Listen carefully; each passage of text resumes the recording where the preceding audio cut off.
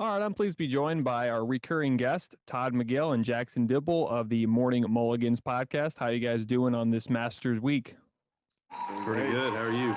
I'm doing fantastic. It's great that we can get, two Masters, the greatest golf tournament in the world, in 6 months. That's pretty crazy. Yeah, it's a Yeah. blessing. It's awesome. All right, so let's get right down to it. It looks like you were mentioning earlier Jordan Spieth is the favorite to win it. Do you think he can take his second Masters? And because it seems like he's back now after a big win on Sunday. Right. It's good. I mean, everybody knows in golf, it's hard to go back to back, especially you're talking someone that hasn't won in 3.5 years, and now you're wanting to go win probably the hardest golf tournament of the whole year right after. True. I mean, it's everybody in the country would love to see it, but I don't know. I'm rooting for him. I could see him finishing top 10 this week. Yeah, it'd definitely be interesting. That's considering that's kind of where we saw him fall off a couple of years ago. Whenever he kind of had his collapse down the back nine stretch when he was leading. Yeah, it's just really crazy. Yeah, because like he was dominating there for 2015 to 2017. He was winning a lot of tournaments. It seemed like he'd be the next Tiger Woods, and just kind of fell flat. So it'll be interesting to see what Jordan Spieth does. The number one golfer in the world, Dustin Johnson. How do you think he performs this week? You can take that one. I don't know. It's kind of weird because his game's like not in the best place for what you would consider a world number one to be. He got knocked out of the match play. Was the last time we've seen him. He never even made it out of the group play. There's a couple of guys on tour like Rory McIlroy started chasing distance, kind of trying to keep up with Bryson. I'm not necessarily sure if Dustin's kind of trying to do the same thing, but it is kind of weird to see where his game's at. Yeah, I mean, speaking of Rory McIlroy, it was like he was kind of like Jordan Spieth too. A few years before that, because he was dominating, and all of a sudden he kind of hit a rock. So I mean, we'll see what happens with Rory. Do you think a guy like Tony Finau can have a solid day or a solid week?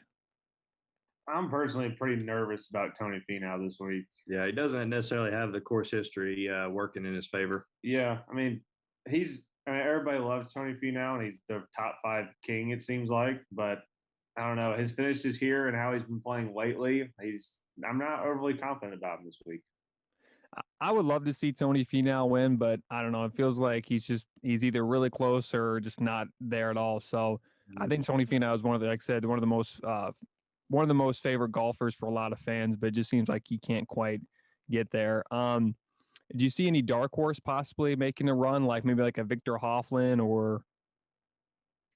Personally, I mean, last time we were on your show, we talked about a little bit. I mean, Cameron Smith has a runner up here last year and a tied fifth in 2018, and he's coming in as an underdog this week, a heavy underdog. Yeah, and I could personally see him winning. I mean, I no preference on.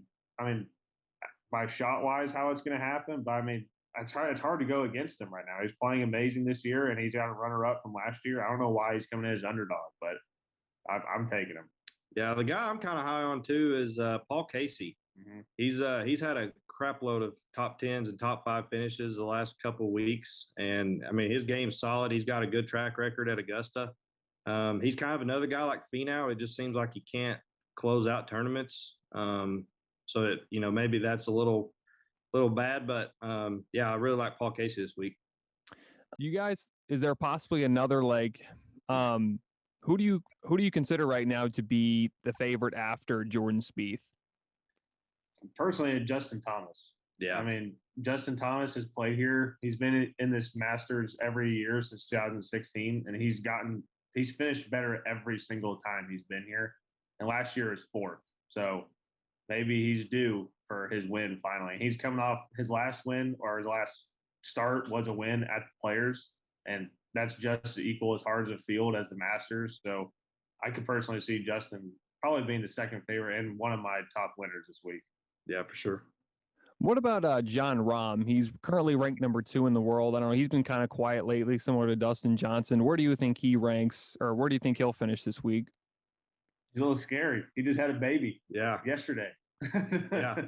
He's I mean, go ahead, take it. I mean, he's a little scary. Yeah, I mean, there's actually a running thing of a couple of past champions that had children, were leading up to their Masters victory. So that'd be kind of cool to see him kind of continue that tradition a little bit. Yeah, that's crazy. I didn't actually know anything about John Rahm having a kid, so congratulations to him.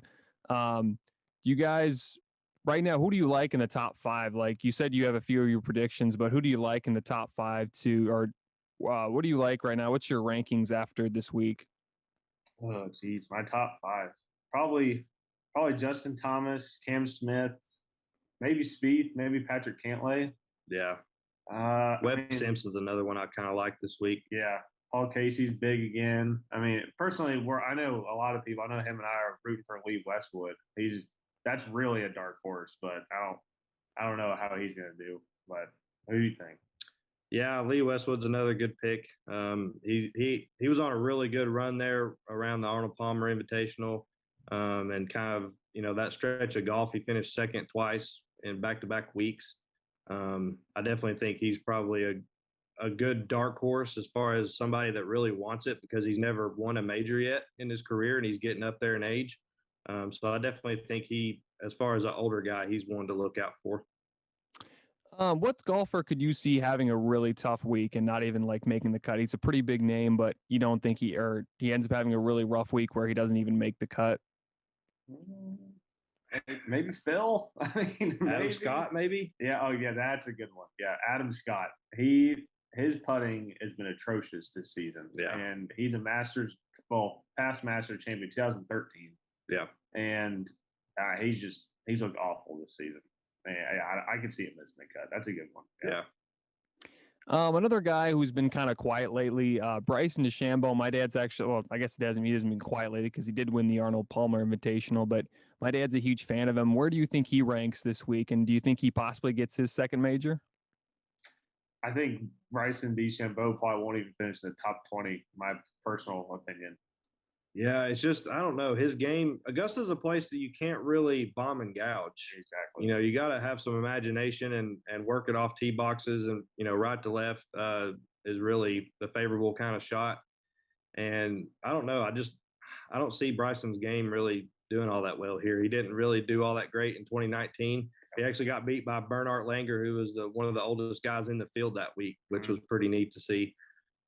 So yeah, I don't know. Bryson's iffy. Bryson's average drive was 110 yards past Bernard Langer last season, and then, I mean, he still finished better than him. So another young golfer that won a few weeks ago, Colin Morikawa.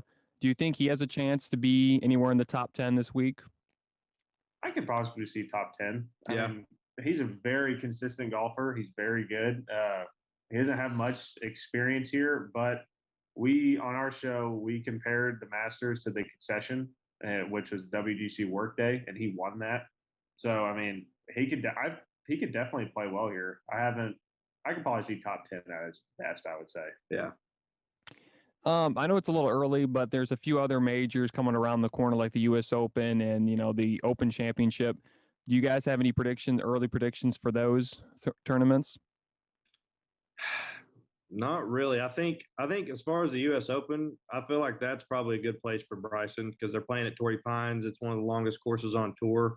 And like we've seen his U.S. Open victory last year, he bomb and gouged at a place that I didn't think he would be able to. So possibly another U.S. Open win for him.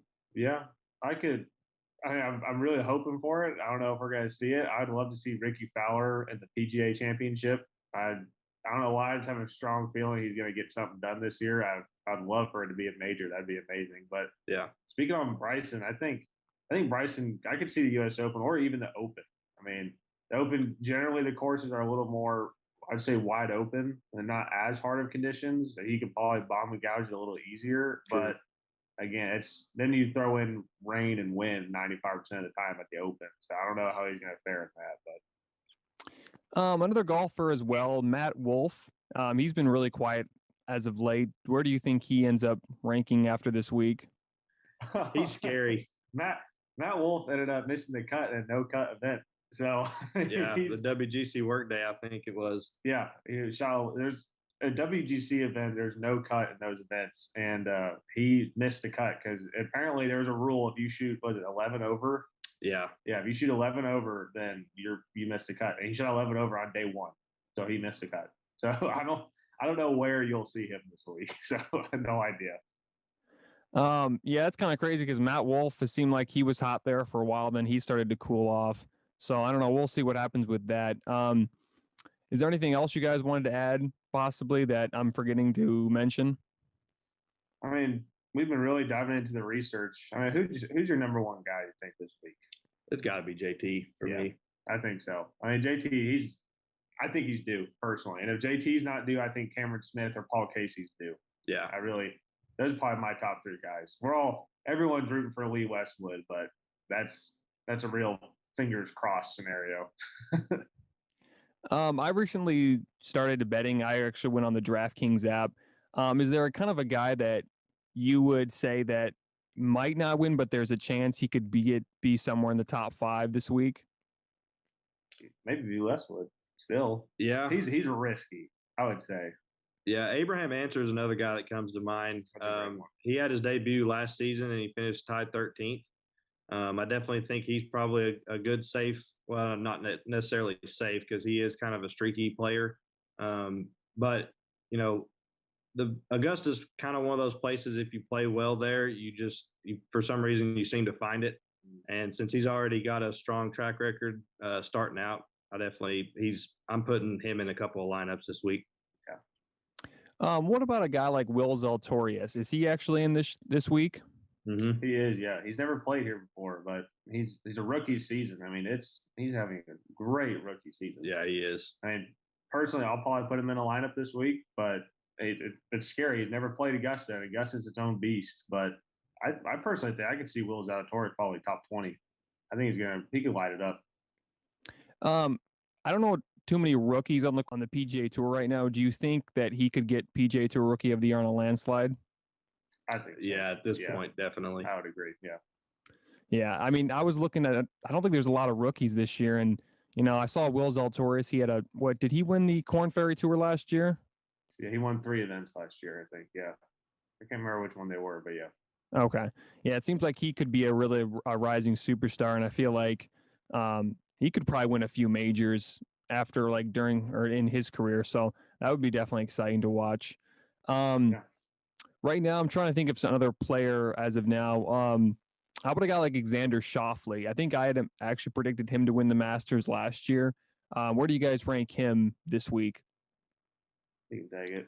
I don't know. It's hard to say because his game's kind of fallen off the last couple of weeks that we've saw him on tour.